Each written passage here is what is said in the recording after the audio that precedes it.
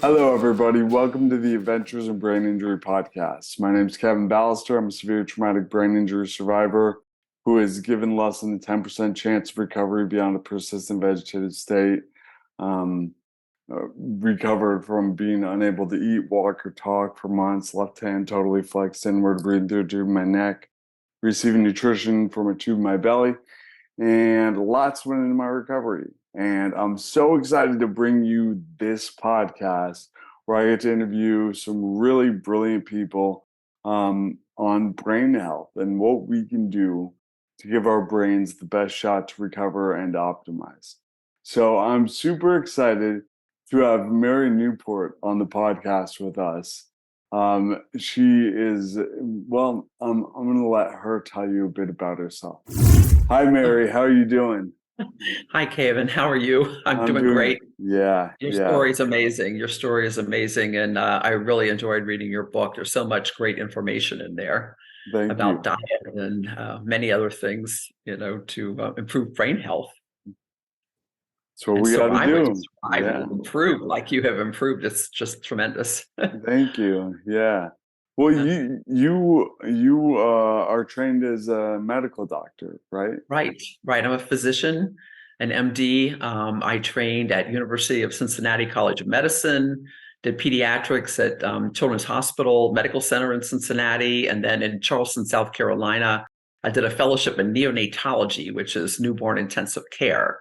And I practiced that in Florida, in the Tampa Bay area of Florida for 30 years. Which, And, so my main interest as a physician was in newborns, but my husband, Steve, developed early onset Alzheimer's disease, which led me on a completely different path. right, right. Yeah. Well, and speaking of Tampa, we're very close right now. Yeah, I'm just south of Tampa. You're just north of Tampa, I'm I just believe. north, about 30 Yeah. minutes north of the Yeah. airport. Tampa. Yeah. Yep. Well, we'll Yeah. connect at some point. But all right. So tell me about how your husband, how he started showing signs. Yeah. So my husband was an accountant, and that was extremely convenient for our family because he could stay home and work for my practice. He was a manager and accountant for our practice, and I was hospital based. I didn't have an office, outside of the hospital, and that made it possible for him to take care of our children when I was working. And so I just owe so much to him because it made it possible for me to be a doctor and a mother, which were my two dreams. And but in spite of being a very creative person, very active, he kayaked all the time, he read all the time, was on a computer all the time. He started losing ground when he was about 51 years old. He started having memory issues and would procrastinate on tax returns. And then it became worrisome when he started forgetting if he'd been to the bank and the post office in a given day. And he was only 51 at that point. When I was, I'm 2 years younger than he was. And, so I thought this isn't normal. And so he saw a neuropsychiatrist. He happened to also be depressed. And I think he was depressed because he knew he was losing ground. He always knew he had Alzheimer's all the way along. And he knew what he'd been able to do and what he couldn't do anymore. And he was very frustrated and depressed about it. But the doctor felt that his memory issues were most likely related to depression, not the other way around, and gave him, some antidepressants. He kind of plugged along, but continued to get worse over the next couple of years. And at age 54, he was officially diagnosed with early onset Alzheimer's disease. And, as you can imagine, that was a huge blow. I had Mhm. never heard of Alzheimer's happening in somebody that young, for one thing. Early onsets before age 65. And he was only 54 at diagnosis. And, so our future looked really bleak at that point. And he basically continued to decline. We moved about an hour north and so I could open another newborn intensive care unit. And he could not find his way around this very small town, Spring Hill, Florida. I couldn't read a map anymore. Just some things became real obvious at that point. And that's when he was diagnosed in 2004. Kept getting worse. 2006, couldn't even remember how to turn on a computer. much less work on it all day. And he had to stop driving that year. He got lost, went to Jacksonville, which is on the other coast of Florida, instead of coming home one night when he was supposed to follow my daughter. She'd had like her car broke down and I was on call. I couldn't come with him. So, he was declining fairly rapidly. And by 2008, he was very slow. He would slowly pick up his feet to walk. He couldn't run. He had tremors in his hands and his jaw. He couldn't finish sentences, couldn't finish little tasks. He'd forget what he was doing, like in gardening, digging a hole. He'd forget if he was digging it out or filling it up. He would get very confused about everything. And 2 clinical trials came along, and there hadn't been any for quite a while, and he had not ever qualified for one before this. But 2 studies came along with 2 different drugs. The screenings were in 2 different locations, and they happened to be 2 days in a row. And so I got on the internet the night before the first screening to look at the risk and the benefits of the 2 drugs, just in case he would get accepted into both, and we would have to choose. And I happened on a press release about a medical food that was going to come out in about a year, and it had already had some phase 2 studies, and they showed that it improved the memory and cognition in nearly half of the people with Alzheimer's who received this food, this medical food. And this was in a single dose study. Can I ask you, how do they differentiate? What do they call a medical food? It basically it allows a company to make claims about the product because they've done clinical trials, or that there are clinical trials, and they can show, yes, this has shown benefit in clinical trials, and then they can make claims. The other thing about medical foods is that they often require a prescription, which makes it much more difficult to get them. But they were on this pathway, and it wasn't going to come out for another year. And they didn't say in the press release what it was, but I was able to find their patent application. They called it AC1202 at that point, which didn't give you any clues. And so I dug into the patent. I actually looked that up. Did you? I saw it in your book and I looked it up. Yeah. Yeah. Yeah. So it's talked about an aspect of Alzheimer's that I was not very familiar with at all, that it's a type of diabetes of the brain. And 10 to 20 years before a person gets Alzheimer's, they start having problems getting glucose into the brain and into brain cells and certain parts of the brain. And it just progresses from there. It just, it spreads throughout the brain. It gets worse and worse as the disease progresses. And a person can be, normal on testing for 10 or 20 years with this problem going on and not know that they're headed to Alzheimer's. So their idea was to use MCT oil, medium chain triglyceride oil. And the reason why that could possibly help is because when you consume it, no matter what you eat, if you consume MCT oil, your liver will convert part of it to ketones. And ketones are an alternative fuel to glucose in the brain, and they don't require insulin to get into the brain or into brain cells. And, basically, to get glucose into cells requires insulin either directly or indirectly. So there's this problem of insulin resistance and insulin deficiency in the brain in Alzheimer's. So ketones could provide fuel to the brain, to these brain cells. It was theoretical. It hadn't been proven yet quite at that point. But their studies suggested that, this might actually be feasible. And I learned in the patent application, there was one time in parenthesis that MCT oil was extracted from coconut oil. It said coconut or palm oil, and technically it's not extracted from palm oil. It's extracted from the seed of the palm fruit. And the orange part of the fruit is used to make palm oil. The center seed is a white kernel, and that has the medium chain triglycerides in it. It's very similar to coconut oil in its composition. So I thought, this is interesting. And I knew what MCT oil was because I'm a newborn specialist, a neonatologist. Back in the 80s, we used to give MCT oil to our tiniest preemies. We'd add it to each of their feedings.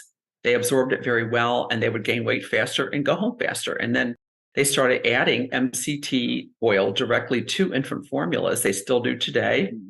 And they started adding coconut oil almost every, if you look at the label, almost every commercial infant formula has coconut and or palm kernel oil to provide these medium chain triglycerides. And the reason that is because they're in breast milk. They're trying to mimic breast milk when they put the fats into these infant formulas. So I knew what MCT oil was. And I thought, okay, we got to give this a go. But at this point, it's like 1 a.m. in the morning, and he's set up for a screening at 9 a.m. So I had not a chance to do anything about that. In the meantime, we desperately wanted him to get into a trial too. So he went for the screening. He needed 16 out of 30 points on a memory test called the mini mental status exam as a cognitive test. And he got only 14 points, needed 16. And we were extremely disappointed. And the doctor asked him to draw a clock. I actually got a picture of it here in my book, if you could see it. Does that look like a clock? No, No. that's half a clock. Have you ever read Brain on Fire by Susanna Callan? I'm familiar with it. It's been a while since, I did read it a while back. She also talks about the clock test and how Yeah, she had everything squished on one side, right? right. I Yeah. couldn't quite tell He what didn't even have a exactly it did. circle. There's no circle. There's little circles, bunch of little circles and four Right. numbers. Right. 9, 10, 11, 12, kind of going up. Right. And it's very disorganized. And, But the not the doctor, other. the doctor said, this is a sign that he's on the verge of severe Alzheimer's. And I kind of knew that it really hit home when I saw that clock. I couldn't believe it. And so on the way home, knowing he had a screening the next day, I thought, okay, we're going to stop at a health food store and get coconut oil. And, up to that point, I had been taught in medical school that coconut oil was an artery clogging fat, and always wondered what would be in health food stores. But I thought, his brain is dying, we're going to worry about that right now. And I picked up the coconut oil. And when I got home, I looked at I kind of got back on the internet and I had to remind myself which were the medium chain triglycerides. And I was able to get the fatty acid composition of coconut oil and figured out how much coconut oil I would need to give him to give him an equivalent amount of the MCTs that they gave in the medical food. 20 grams is what they had given in their study. So I came up with 35 grams, which is a little over 2 tablespoons of coconut oil. So that's how I arrived at what I gave him. And that's a lot of coconut oil to take for the first time. So the next day, his screening was at 1 p.m, which was also fortunate because it gave us a chance to give him the coconut oil at breakfast. It's kind of solid at room temperature in a lot of homes.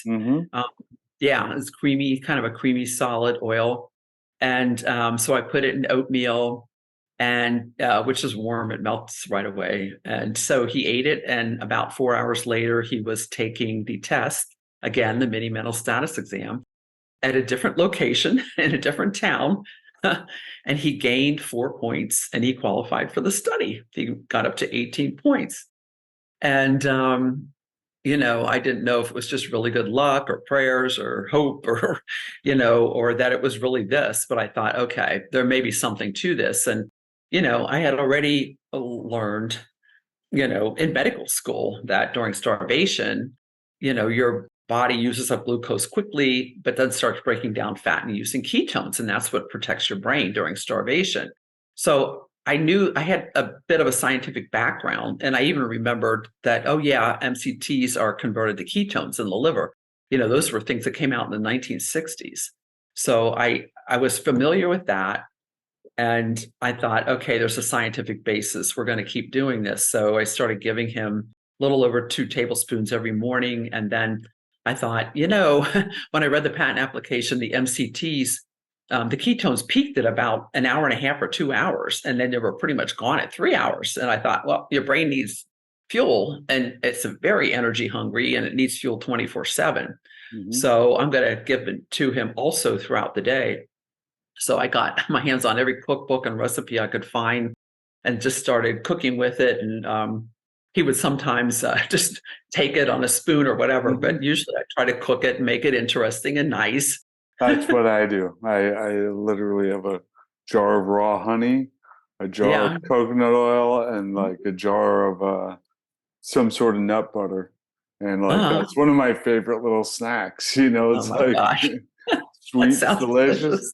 and it's like it's funny. My housemate is a personal trainer, and Hmm. he's like watching me. He's like, "How many calories do you think you just ingested?" And I'm like, "Let's find out." And I'm like, Well, you don't look like you're fat, "It's like so 700 in like one setting, yeah, Yeah, yeah. No, I'm not. I'm not. I need to gain weight. Actually, yeah, I know. that's what we're working on right now. That's what Yeah, we're working on. yeah. So yeah, well, you're looking up all these recipes and Hmm. looking at how you can make this more Yeah, palatable, right. even though it And is it, yeah, palatable. yeah. And we were already on a Mediterranean diet. We had switched Right. over our diet a couple years earlier. I read that a study in which people that had the most Mediterranean-like diet, whole food diet, lived on average 4 years longer than people with Alzheimer's with the least Mediterranean-like diet. And that was the first time it ever occurred to me that nutrition had anything to do with it. But he had still declined Surprise, in between. surprise. Yeah. I had the And same thing. yeah, yeah. Hmm. And so we, with adding the extra oil and all of that over the next few days, things changed so dramatically. Steve said the day he started the coconut oil, it was like a light switch came on in his brain. He felt it. And his mood, I mean, he was still quite depressed at that point, and his mood shifted very quickly. He started walking more normally, more quickly. His jaw tremor completely went away. He still had a little bit of a hand tremor in the morning, but after 20, 30 minutes after he'd have the coconut oil, it would stop. And then conversation started flowing. He started whistling again and telling jokes again. And I'm like, oh my gosh. And, he knew that there was a big difference. And so we talked about the fifth day, we're like, our life has changed. Something has changed. It's changed. And this is real. And so, I basically called Dr. Richard Beach, who I found in Wikipedia was a world expert on ketones. And he was at the NIH. He spent decades at the NIH. And starting in the 1990s, he started intensively studying ketones as possible therapeutics. And he had written several hypothesis papers around 2000 to 2003 about the potential for ketones to help with diseases like Alzheimer's and Parkinson's and MS and traumatic brain injury and many other congestive heart failure, recovery from heart attacks, many different possibilities. And because ketones are a primitive fuel, they're a very basic fuel. It turns out the heart and the kidneys love this fuel. So I thought I have to try to talk to him, and I had a list of questions, and I dialed the phone and he answered himself. I was like blown away. And we had a wonderful conversation. And, basically I asked him, theoretically, do you think if somebody took coconut oil, that it could help with Alzheimer's? And he said, oh, I don't think so. He'd been developing a ketone ester that would get very high levels. And he said, I just don't think levels that low of ketones would have any effect on somebody with Alzheimer's. And he mentioned the medical food, and that, Dr. Sam Henderson, who had developed that product, had the idea to use MCT oil, had called him like a few years earlier and asked the same question. And I didn't tell him right away what we were doing with the coconut oil, but but he sent me a couple papers, and I kept reading and reading, reading, and then at the 2 week mark, Steve did another clock. He drew another clock, and the edge of it's cut off Nice. there. But you can see it's a circle. It's got all the numbers there, and Much they're better. they're not beautiful. And there's all these spokes. He told me later he was trying to line up the numbers across from each other. Oh, okay. That's what he was doing. I thought it was like, boy, he's got a lot of hands with the Lots clock of on it. hands on that So, clock. yeah, but he was trying to, and then you can see the one from 2 months later. Oh no, Okay. that was a little over a month later. Okay. That one's a little neater, This is a and much he, better circle. That's amazing. yeah, Yeah. right. And he started writing again and that kind of thing too. But by 2 months, he could tie his own shoes again. People with Alzheimer's forget how to tie their shoes. And he was completely walking normally. He could run, he could pick up his feet and run. And at about 3.5 months, he announced that he could read again. And I said, well, why couldn't he read? He hadn't been able to read for about a year and a half. And he said the words would look like they were going into pixels on a page and moving around on the page. And that had stopped. Wow. And that was interesting. And he had one time we were at an appointment and he pointed to a thermostat on the wall and he said, "Look at that! It's shaking all over the place." And I'm like, "What's that?" And it wasn't, but that's what his brain was seeing. It wasn't his eyes; it was his brain.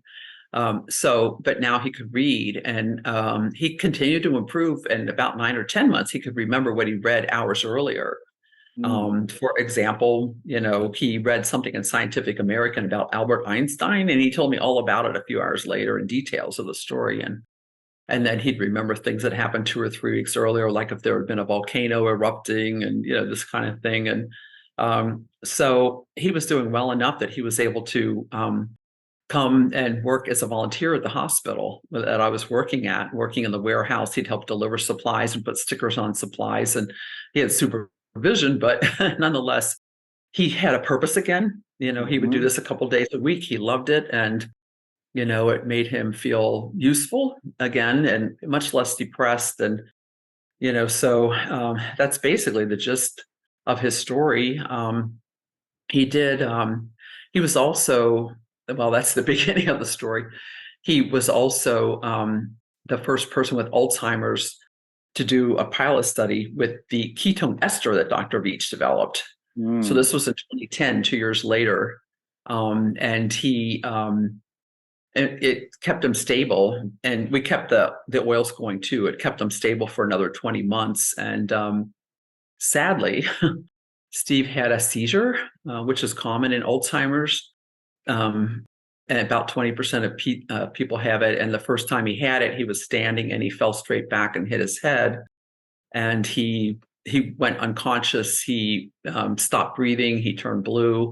There was a lady who normally took care of him with him. I was at the hospital, and when I got home, he was still blue. The AMS wasn't there yet.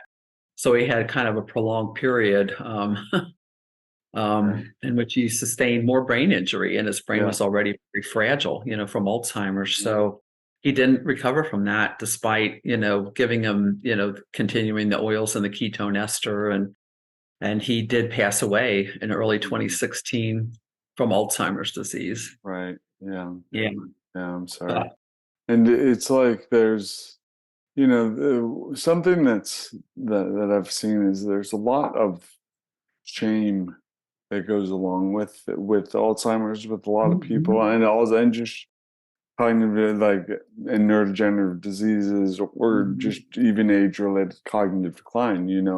Right. And it's it, I mean, there's a lot of stigma surrounding it and Yeah. whatnot, and I really liked what you also said about a scene with our brain, because I Mhm. say we look with our eyes, we see with Right. our brain. We see with our brain. Yes, Yeah. yes.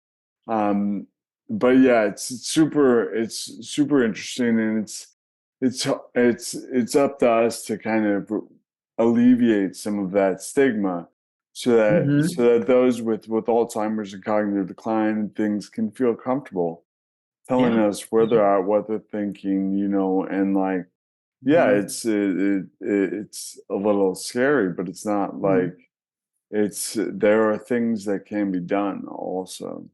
Yeah. So, Yeah. And regarding that, we found this, and so many other people have told me the same thing. As soon as you tell a family member or a friend that the person has Alzheimer's, it's like there's a big red A. They never look at you the same. Mm. And a lot of people lose friends. They lose contact with friends at that point. Um, Steve, one of his close relatives that he was great friends with, as soon as he heard that Steve had Alzheimer's, he backed off and he avoided him. We went to visit, our family in Cincinnati, and he avoided him. And he told me later, he says, I just didn't know what to say to him. And it hurt Steve's feelings so badly because he wasn't, at that point, he was still, it's a slow process and he wasn't deep into it yet at that point. But yet, this person just couldn't talk to him. And Mm. then, I had another family member later say, she didn't really want to ever see him again. She said she preferred to just remember him the way he was. And I'm like, well, lucky you. You get to remember him the way he was, Mm. but why avoid him, at that Right. point? And it's just the different feelings that people have about it. And then others help so much. One of my sisters ended up getting very involved in helping me. And she was even there with me, when he passed away. And eternally grateful to her that she did that for me and that she's been such a support before and after. Um, so, people respond differently, but that stigma it's a big problem. It's a big problem. It happens with cancer too. Once a Yeah. relative tell you they have cancer, that's what you think about when you see them. Yeah. It's and I mean even and with brain injury, like neurological Mhm. conditions in general. But yeah, even with cancer and things like that, they start looking at you like you're a dead man. Right, Um, at right. least that's I have not personally experienced that, but I've Yeah. friends who have said exactly Mhm. that. Yeah. Yeah. Yeah.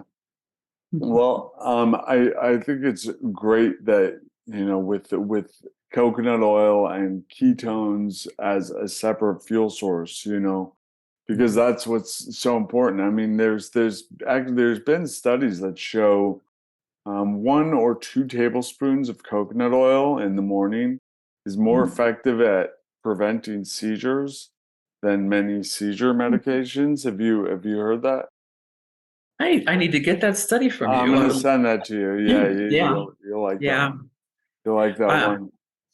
yeah. Uh, When I started getting the message out, I started hearing from a lot of people, and I did hear that from a couple people. A yeah, child with autism that had seizures like throughout the day and the night, and they would keep the child in bed, and the child didn't have any seizures for 3 days after they started coconut oil, at least three yeah, days. yeah, And there were other people too, adults that told me the same thing. I had other people with traumatic brain injury that felt that it really greatly helped them recover. Basically, they were just adding coconut oil. And I also have collected, I collected 360 what I call little case reports or emails mostly and some letters from people who just wanted to let me know how they did, when they were taking coconut oil. And, I collected like every single email I got from 2008 to 2014. And I put them all on an Excel spreadsheet, with, verbatim, copy paste from their emails. And I developed a kind of a, how to categorize the improvements that they were reporting. And I presented it as poster presentations at several different conferences then. And now that I have this many, I'm actually just been accepted to give a poster presentation at the Alzheimer's Association conference in July, nice. showing these case reports, which Where has is been, that? it's in Amsterdam. Oh wow. Yeah, so I got to go to Amsterdam to do this Nice. presentation. I actually have two posters. The other is it's a personalized strategy for like a protocol, I guess, for increasing ketones, staying in ketosis to help people with memory impairment. And it includes some of the other things that are ketogenic, like overnight fasting. If you fast for at least 10 to 12 hours, your liver will, you'll use up the glucose that's stored in your liver and you'll go into ketosis. And so overnight fasting can increase ketosis. Exercise, vigorous exercise can increase ketones.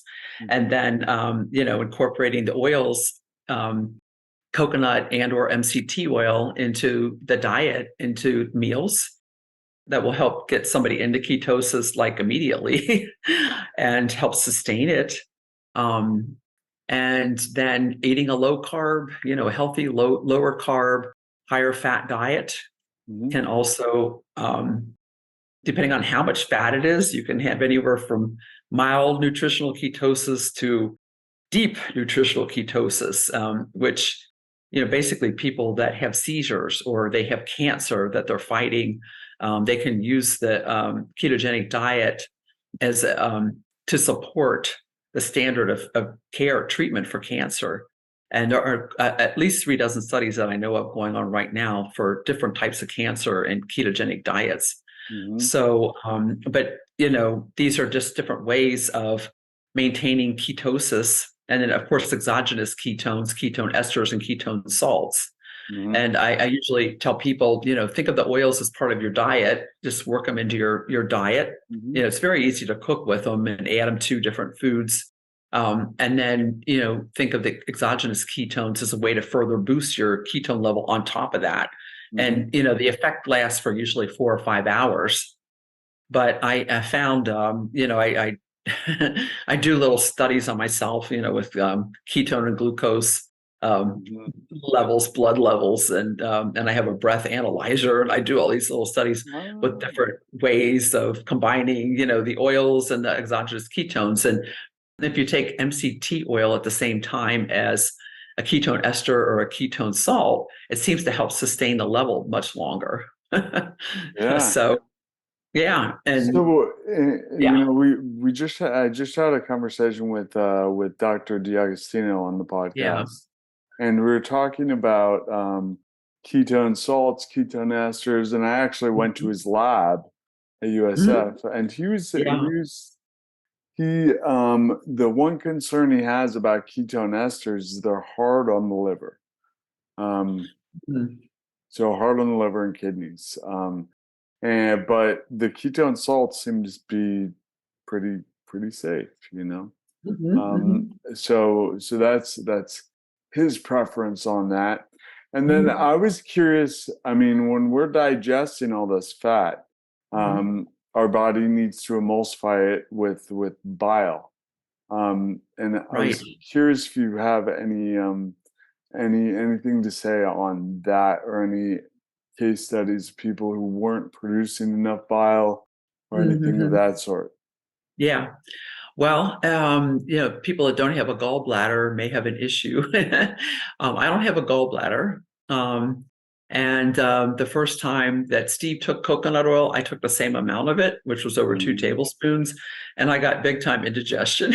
But I backed off, and some people will they'll have massive diarrhea if they try to take too much right away. We call it disaster pants.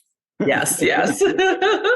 So I always warn people, I say, either way, MCT coconut oil, start with maybe a half to 1 teaspoon, 2 or 3 times a day, take it with food.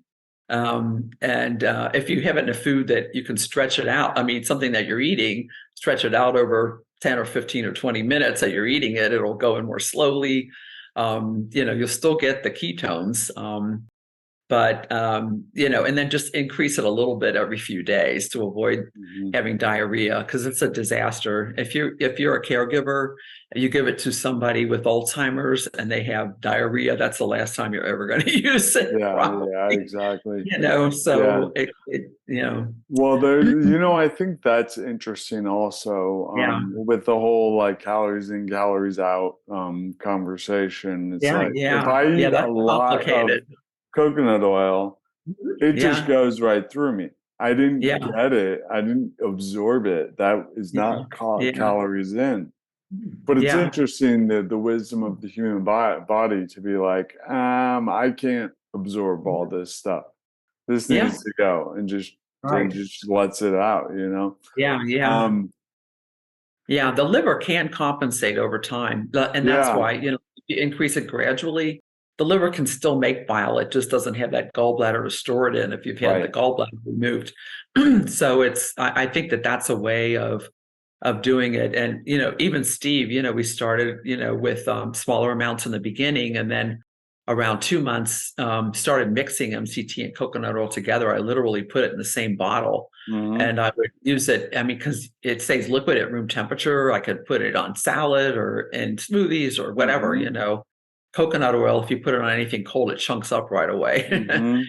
But so, it took about 4 months to get up to the amount that we finally settled on. And he was taking a lot. He was taking 3 tablespoons for each meal of Mm-hmm. this mixture, and then 2 more tablespoons before bedtime eventually, but it took months to get up to that point where Right. he would tolerate it. And Did he have a um, gallbladder?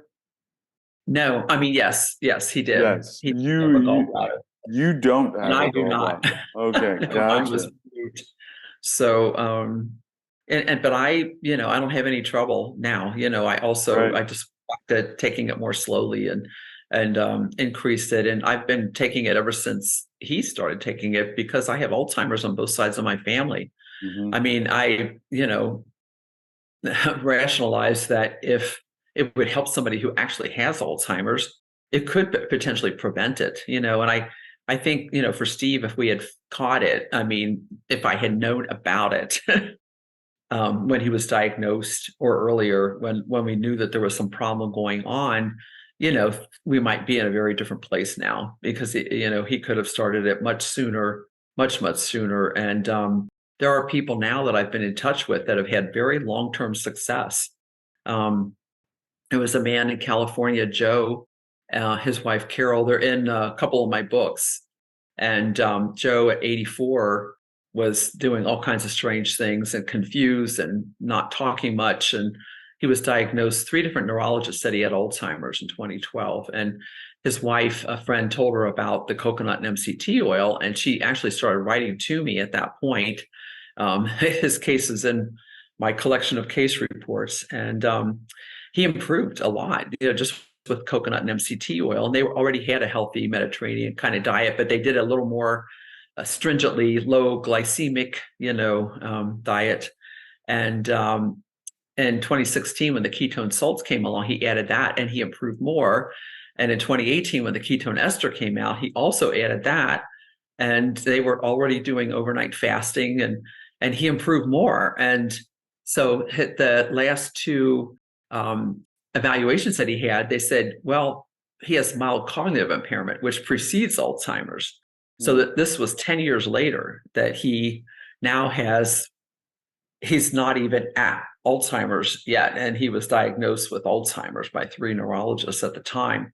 And I did get to meet him. We had great conversations. He was very up to date on politics and everything going on in the news, and just a cheerful, happy man. And he was 94. He had surgery. He had a pacemaker that he'd had for years, and the battery kind of pooped out, and he had to have surgery. And it was like he fell off a cliff, and he ended up dying a couple of weeks later of heart failure related to his age at 94. But he did not have Alzheimer's. And I think he may be the first survivor of Alzheimer's Nice. that they talk about on the commercials. The first survivor is still out there. No, Right. it was Joe. Yep. Are you familiar with Yeah. Dr. Dale Bredesen? Yeah. Yeah. Yeah. He's come around to the ketogenic diet. His first book, The End of Alzheimer's. Well, I actually read, he had a study that he published, I think it was in 2014. It was either 2014 or 2016 of, I believe it was 10 people that had Alzheimer's that had improved with a regimen that he put them on a supplement regimen. And on the list was coconut oil. Mm-hmm. And at the time, my husband, I also, had him on certain supplements too. And he, basically I checked off, yeah, we're doing that. And the coconut oil. And I thought at the time, I wonder if it was just the coconut oil. You can't tell, when you're studying multiple different things in the same study. But his first book, The End of Alzheimer's, the first edition, he basically suggested using MCT oil but it was just a tiny amount. It was like a half a teaspoon, 2 mLs once a day until insulin resistance was overcome. And I thought, Right. probably not going to quite do it, but then, he's come around, like the second edition, there was much, much, much more about the keto diet, throughout the book, so I suspect that his own experience with his patients evolved, and, he found that, people that were doing a low carb, higher fat diet, that they were improving. And I did get to meet him at a book signing. We were next to each other, and I told him about, all about the coconut oil and all of that. And he, in his second edition, he actually did include a little story, a little bit about us, our Nice. story in the book, which Nice. was interesting. So, yeah, but I think he's on the right track with, Yeah. the whole thing about that there's only one cause of Alzheimer's. No, I believe there's many causes. And, I know. well, traumatic brain injury, for example, people get plaques and tangles in that part of the brain, where the brain's injured, which is what happens in Alzheimer's. Plaques and Exactly. tangles, and there are hundreds of studies of microorganisms that may cause or contribute to Alzheimer's disease. Herpes simplex has had several hundred studies now. It's causes fever blisters on the mouth and other places, but the mouth, the nerves that it lives in between outbreaks, has its roots in the same area of the brain where Alzheimer's starts. And when somebody Interesting. gets herpes simplex encephalitis, it travels in the same pathway that Alzheimer's travels through the brain. So there's a lot of study, of herpes simplex. And Interesting. yeah. And one of the cool things about coconut oil is it has half of the fat is lauric acid, C12, Right. which it's kind of between a medium chain and long chain fatty acid in the way it behaves. But, it's often considered a medium chain fatty acid, but it's highly antimicrobial. It kills all kinds of viruses, including herpes simplex. It kills the dental pathogens. They talk about bacteria in the mouth possibly being responsible for Alzheimer's. People may have heard that. It kills all kinds of bacteria. It kills chlamydia, which is another possible cause of Alzheimer's. Lyme disease. It's a spirochete, and syphilis is a spirochete. They're in the same family. Syphilis is well known to cause dementia if it's not treated. And there's a lot of work out there with Lyme disease now. There are people that have symptoms exactly like Alzheimer's. They get treated for Lyme disease and they completely recover. They get treated with an antibiotic. So some of these cases of Alzheimer's may be treatable. They may be a simple treatment like an antibiotic might be able to overcome it. And the thing with the coconut oil, I really felt strongly that my husband had that herpes simplex was his problem, that is what basically set it off. He had constant fever blisters, and they'd last 7 or 10 days, they'd go away for a week or two, it'd come back, and over and over and over. And when he was 29, he had an infection around his eye, blisters all around his eye, and he was extremely sick. I mean, he might even have had mild herpes encephalitis at that point. But after we started the coconut oil, in the next, let's see, how many years was that? 8 years. He had 4 tiny fever blisters during that whole time. It would usually happen when he had a cold, so I felt like the coconut oil, the lauric acid was likely controlling that a lot of the time. So that's, some other factors that people might be interested in, that there could be some kind of infection. And I mean, and that's one thing, like Bredesen, when he evaluates people, he does evaluate for infections, and they look at molds. Different molds can potentially get in the brain, aspergillus and other fungus candida, that type of thing. And, just consider many different possibilities. Air pollution can be a big problem, heavy metals and air pollution. So Yeah. I have the book that I flashed earlier. I'm gonna flash it again. Yeah. This By is actually Dr. my Don fourth. D'Agostino too. Yes, he wrote the Right? foreword to Yeah. this. Yes, Yeah. yes. They gave It's me a called copy of that. Yeah. It's called Clearly Keto for Healthy Brain Aging and Alzheimer's Prevention. And it's my fourth book. And in this, the first part of the book focuses on the problem of diabetes of the brain and diabetes in general. It's a huge risk factor for Alzheimer's. If you have diabetes, you have a 30% risk of developing dementia. And the average population is about 5%. So it's a much greater risk if you have diabetes. And Dr. Eric Westman at Duke University, you might want to do a podcast with him. He has been using the Atkins diet, basically very low carb, higher fat diet for his patients with type 2 diabetes for decades, a couple decades now, 20, 25 years. And he's helped more than 4,000 people with diabetes get off their medications and even off insulin. Type 2 diabetes, go into remission, their numbers drastically, I mean, they normalize their fasting blood sugar, hemoglobin A1C can all go back to normal.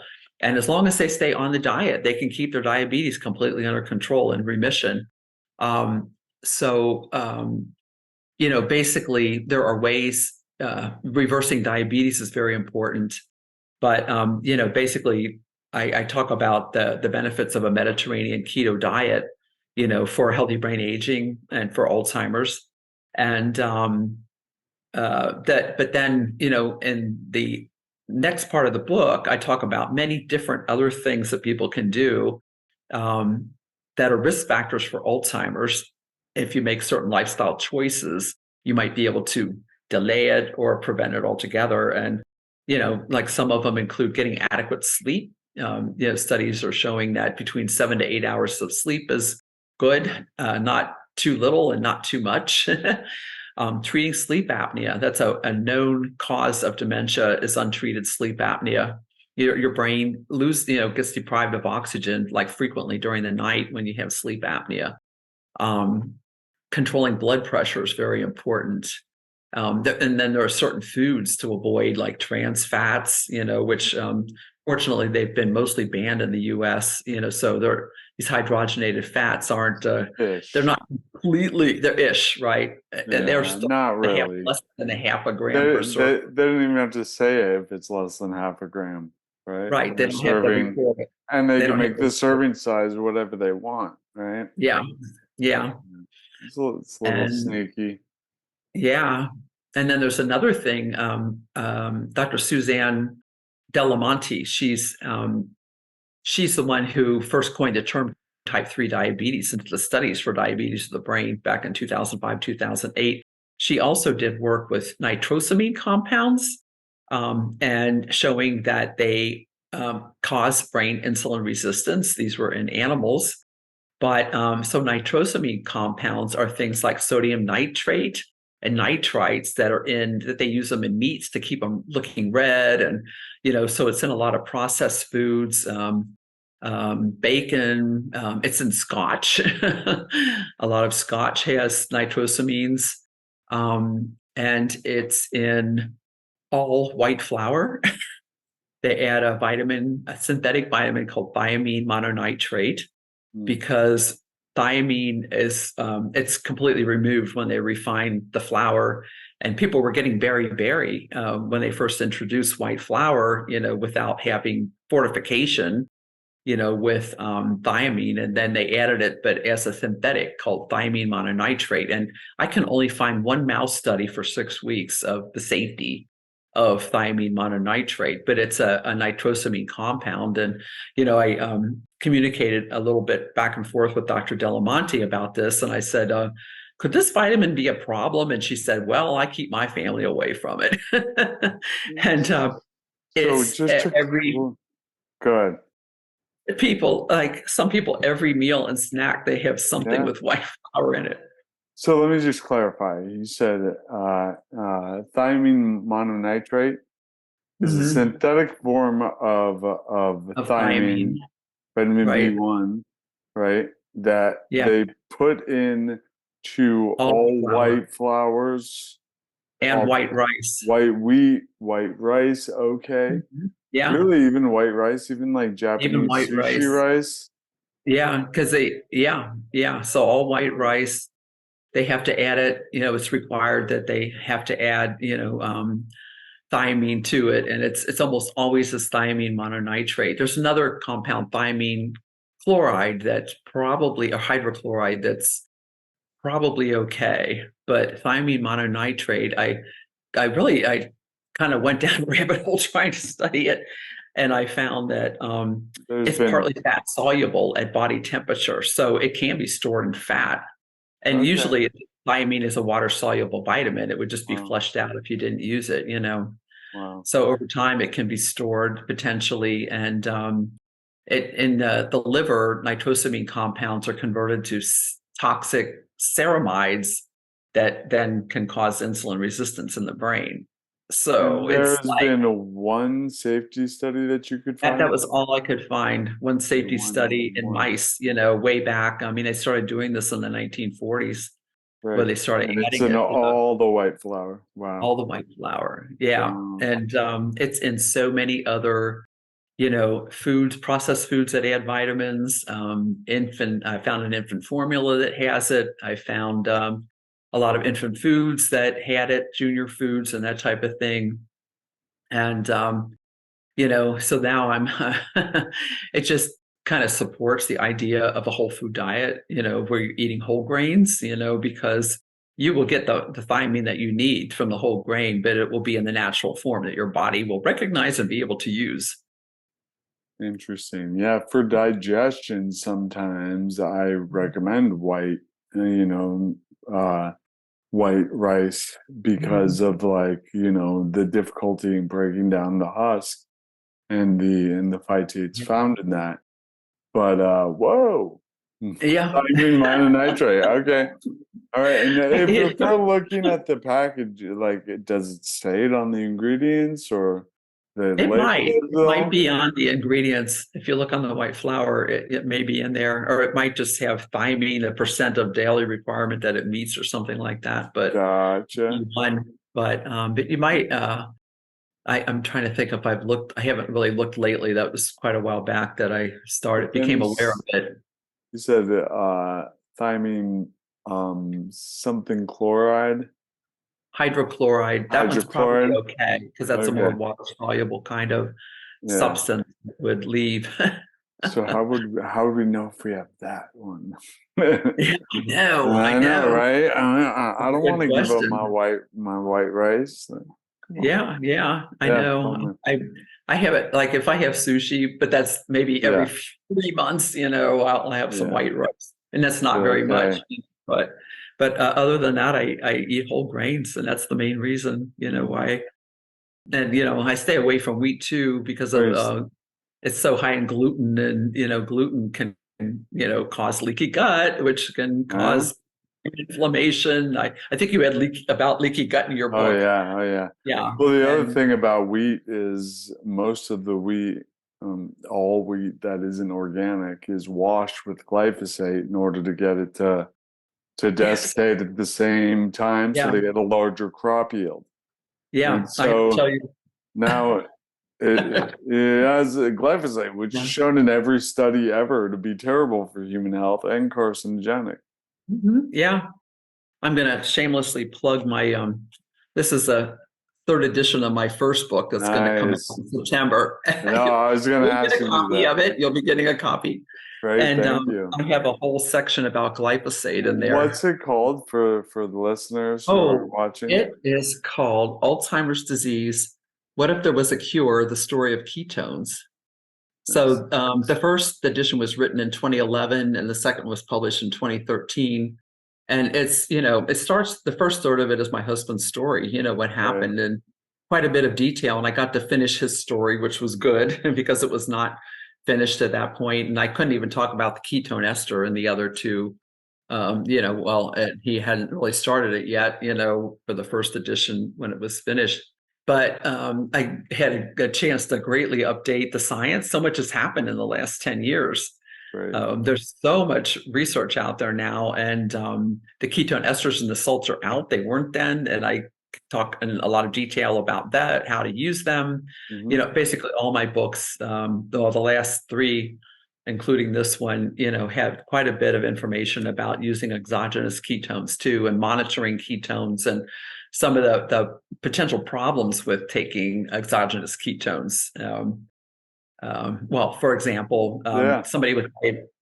somebody with diabetes needs to know that your blood sugar is going to drop. Almost certainly, if you take ketone salts or a ketone ester, it's going to drop. It could be 15 or 20 points just with a small dose, like milligrams per deciliter. And if you're taking medications or insulin, and your blood sugar drops more than you expect it to, that could be a problem. So people need to basically monitor their blood sugar closely. That's what I encourage. I don't say don't use it. I say monitor. It could actually be very beneficial to somebody that has diabetes in controlling their blood sugar.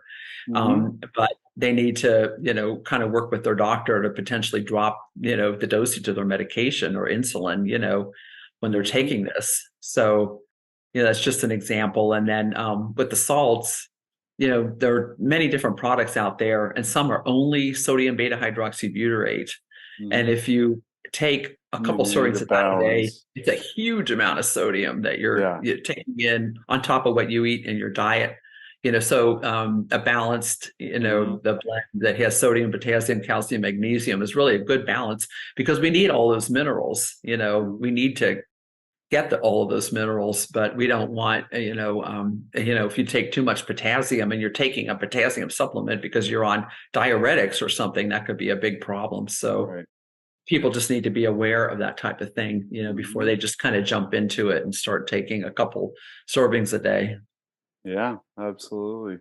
Well, where can people learn more about you, Mary? Well, I have a website. That's probably a good place to start. It's coconutketones.com.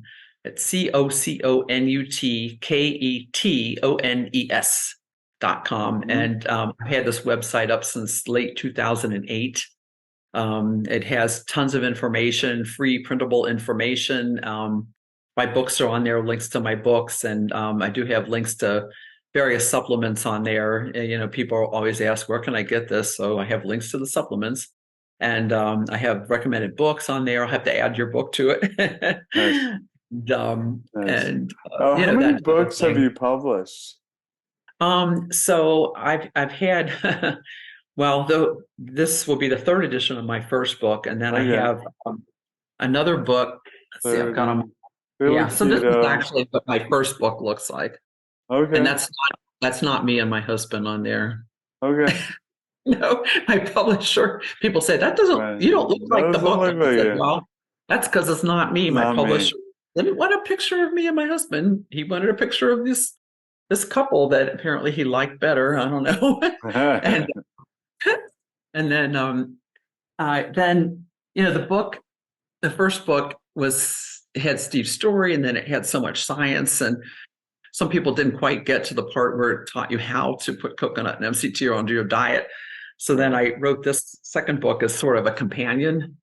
It's called the Coconut Low Carb Solution for Alzheimer's and Parkinson's and other diseases. And it starts right up front with how to add the oils to the diet, and then discusses why a lower carb diet is a good idea and how to do that, and as a whole food. I don't think I called it Mediterranean, or not too much in here, but it was a whole food diet. It was based on a Mediterranean diet, and a whole lot of recipes in there. And for some reason, this book's been pretty popular. I don't know. Yeah.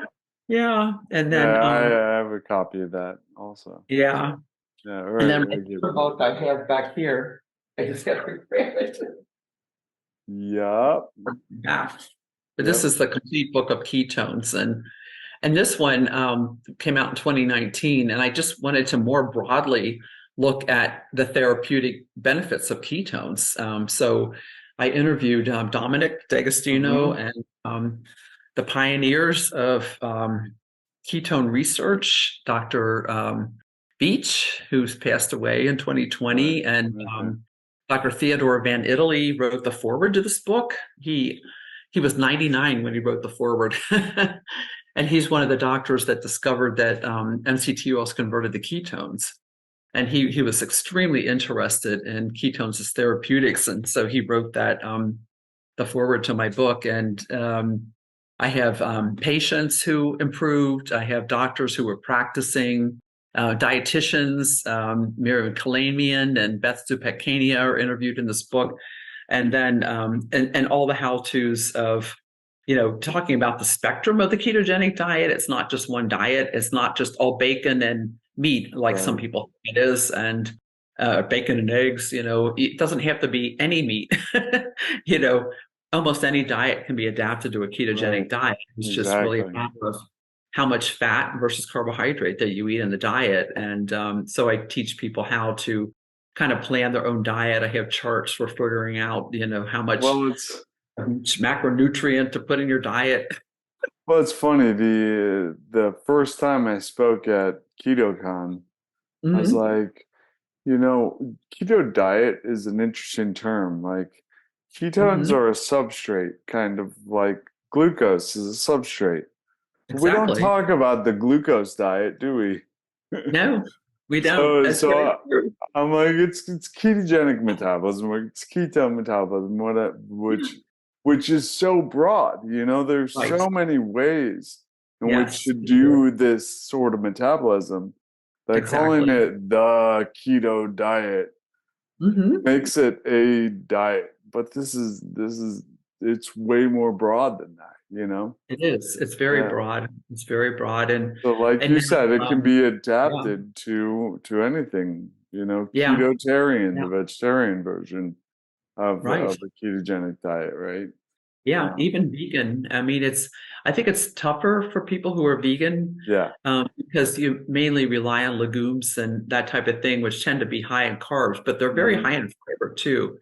And it's just a matter of including enough fat in the diet to balance the carbohydrates. Hmm. Um, but so it is possible. And but there, other issues too. There's no B12 in vegetables, so you have to get, there's Right. certain supplements that you really have to get from supplements. Basically, to be healthy and maintain your nutrition adequately.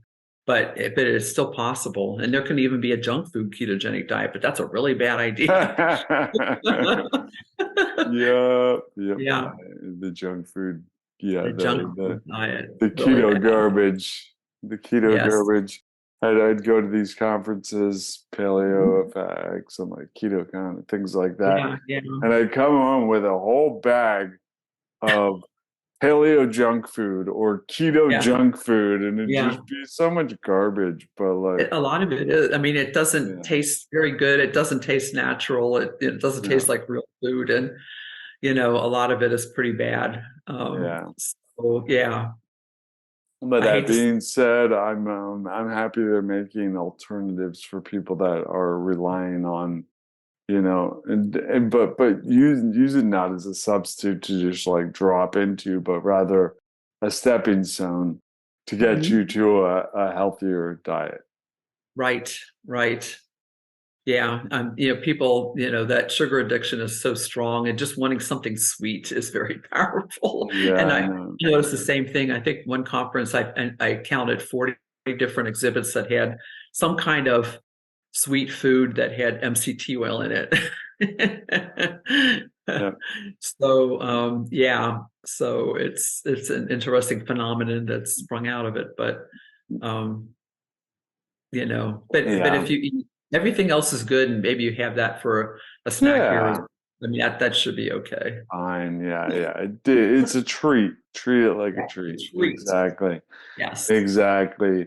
Mary, it's so good to have you on. Yeah. Yeah. I'm so happy to meet you and to speak with you, and I thank you really for what enjoyed you're it. doing. Yeah, Thank you. and we'll be in touch. Maybe we can get together at some point while I'm out here in Yeah, Florida. All right. that'd be really cool. That'd be really cool. And in Yep. fact, I think Metabolic Health Summit's going to be in Yeah, 2024 in Clearwater. So I'll be there. yeah, and we live close, so we have no excuse not to go. And I would definitely, no matter where it is, I would go to that conference. Yes, definitely. Definitely. Yeah. Well, thank you so much. And thank all of you for sticking Welcome. around. We'll see you next time. Thank you. Someone take me to a doctor.